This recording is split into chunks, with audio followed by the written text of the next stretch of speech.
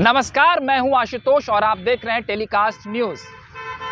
बिहार में सियासी सरगर्मी तेज है। बिहार में फिर क्या कोई उथल पुथल हो सकता है? ये कयास तब से लगाए जा रहे हैं जब से बिहार में हुए 2 सीटों पर उपचुनाव में मुख्यमंत्री नीतीश कुमार राजद के प्रत्याशी के लिए प्रचार करने नहीं गए। ये एक बहुत ही अहम बात है। वहीं दूसरी ओर बीजेपी की एक हाई लेवल मीटिंग दिल्ली में प्रदेश अध्यक्ष संजय जायसवाल और बिहार प्रभारी विनोद तावरे के नेतृत्व में आयोजित की गई। हालांकि ये बैठक तो बिहार में एक और सीट पर कुर्नी विधानसभा में होने वाले उपचुनाव में प्रत्याशी के चयन के लिए की गई। बताया यह गया कि इस बैठक में हम लोगों ने कई नामों पर चर्चा की है और उसे केंद्रीय नेतृत्व के पास भेज दिया जाएगा।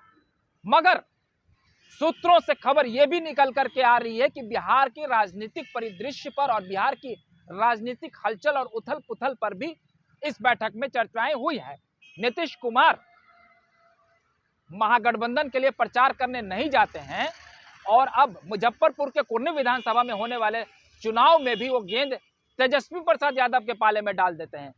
ऐसा कयास लगाया जा रहा था कि यहां से जदयू सीधे सीधे बीजेपी के साथ रन में उतरेगी और उससे फरिया लेगी, क्योंकि जदयू के नीतीश कुमार बिहार के मुख्यमंत्री जब से महागठबंधन में गए हैं तब से वो नरेंद्र मोदी को खूब कोस रहे हैं और वो उन्हें चैलेंज कर रहे हैं अगले लोकसभा चुनाव के लिए भी और पीएम पद की उम्मीदवारी के लिए भी और बिहार में अगले विधानसभा चुनाव के लिए भी। मगर अब वो चैलेंज करने की स्थिति को थोड़ा कम करते दिख रहे हैं और इसका नतीजा ये भी हुआ कि मोकामा में वो प्रचार करने नहीं गए और गोपालगंज में भी प्रचार करने नहीं गए और मोकामा में जो जीत का अंतर कम हुआ और बीजेपी को बहुत सम्मानजनक जो मत आए उससे बीजेपी काफी उत्साहित है।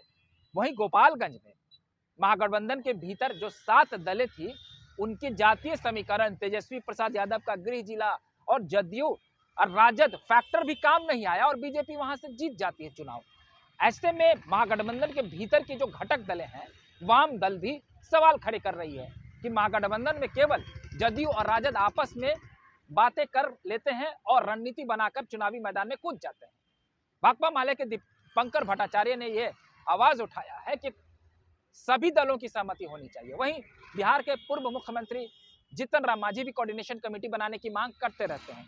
मगर इन बातों से इतर नीतीश कुमार आजकल केवल नियुक्ति पत्र बांटने में लगे हुए हैं और जब चुनाव प्रचार की बारी आई तो वो दोनों जगहों पर नहीं गए। कमाल की बात है, एक और जहां वो बीजेपी को चैलेंज करते हैं और तेजस्वी यादव को भावी मुख्यमंत्री के तौर पर प्रोजेक्ट कर देते हैं, कई तरह की बातें कहते हैं, लेकिन राजद और जदयू के बीच का जो समीकरण है वो कुछ समझ में नहीं आ रहा है। मैंने कुछ लोगों से बात की तो उन लोगों ने कहा कि देखिए, कई ऐसे लोग हैं, उन्होंने नाम नहीं बताया, जो शराब की खेप में और इस शराब के खेल में शामिल हैं।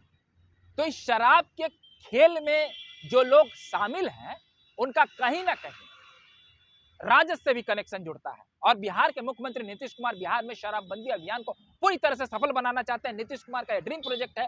अब नीतीश कुमार के अपने नेता भी इस पर सवाल उठाने लगे हैं। उपेंद्र कुशवाहा का एक बयान आया जिसने राजनीतिक चर्चाएं तेज कर दिया और एक भूचाल चला दिया।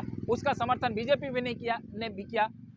जदयू के संसदीय बोर्ड के अध्यक्ष उपेंद्र कुशवाहा ने मीडिया के सामने एक बयान दे दिया कि हाँ, बिहार में शराबबंदी अभियान तो सफल नहीं है, इसमें जनता को भी ध्यान देना चाहिए इस अभियान को सफल बनाने में और प्रशासन को इसमें सख्ती से निपटना चाहिए। लोग जागरूक नहीं होंगे तब तक ये दुरुस्त नहीं हो सकता। और वहीं मुख्यमंत्री कई मंच से ये ऐलान करते रहते हैं कि मुख्यमंत्री कि बिहार में शराबबंदी अभियान सख्ती से लागू किया जा रहा है, ड्रोन से नजर रखा जाता है, बोटिंग की जाती है प्रशासन के द्वारा शराब माफियाओं को पकड़ने के लिए और पूरा प्रशासन और पूरा महकमा इसके लिए लगा हुआ रहता है। लेकिन कहीं ना कहीं राजद के कुछ नेताओं से इसके तार जुड़ते हैं।